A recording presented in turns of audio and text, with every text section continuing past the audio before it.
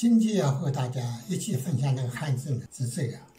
音，人讲话的声音、发音、音乐，它在甲骨文里面的写法和那个语音的那个言是有很紧密的一个关联。音这个字，它是一个合体字，下面是一个口，上面这一个符号是一个口腔里面前后上下活动的石头，这个两个点就是表示从口腔里面发出来的声音，这是一种看法。也有的认为呢，这个呢是一个乐器，是个小管，这个口嘴巴对着这个乐器在吹，有的认为这是一个吹管乐，所以石头也好，吹管乐也好，肯定是表示发出的声音。另外呢，在古代啊，这个音不是我们今天所理解的声音，它是指的音乐。在文言文里面，音是指的音乐，所以在《说文解字》里面，它就解释这个音生也，生于心，有节于外，谓之音，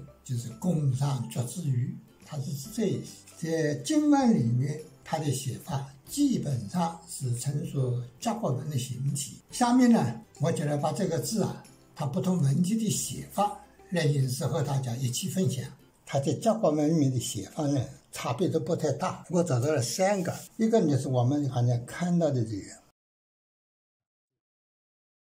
有的说就是代表一个石头，有的说就是代表呢可以吹的那个管啊、箫啊或者笙啊一些乐器，这是一个写法。第二个写法呢，这边得了一个点，这个也是一样的写法，底下这也是个口，这个点呢这儿一点，这个地方呢有2点。还有一个写法呢，这个上面也是一个表示石头的这样子，底下这个口写的这样，是这样的形体。这个点呢，这个地方有2点，这个地方有1点，这个写法实际上打起来差不了多少。这个是在经文啊没有意思的啊，在周朝中期的这个写法呢，就是在甲骨文的这个形体上面，在这口字里面它加了1点，把这个小点呢，它改成这个地方一短横，这个底下这个口在里面加了这么一个短点的符号，表示说声音是从这个嘴里面发出来的。春秋时期呢，上面增加了一个色符修饰的符号，那就是所谓增笔简笔了。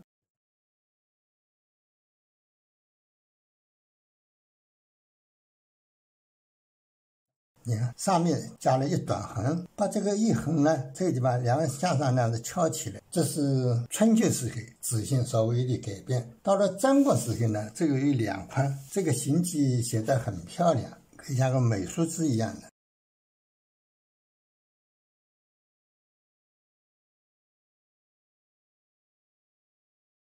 这里面画了个圆圈，这是战国时期一个写法。战国时期呢，还有一款写法，这个形体比这个还要漂亮，他写的这样子啊。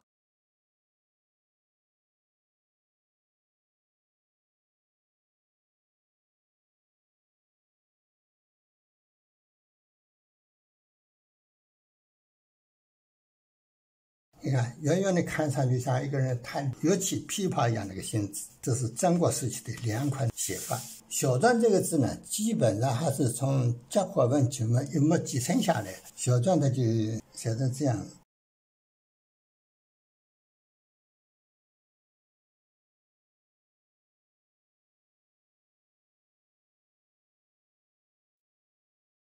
这是小篆的写法。所以到这个隶书的时候呢，就把上面是表示石头的这样的一个部分给写成一个列，边了，边抽掉了。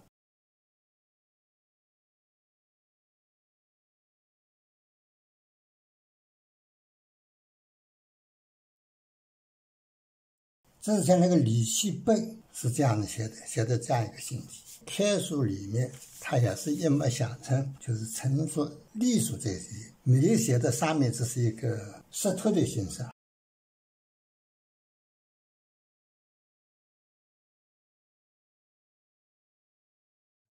楷书就写成这样。音这个字，它的本意就是指的声音，这个是在文言文当中，它是指的音乐乐音。后来呢，还有一些引申义，譬如说指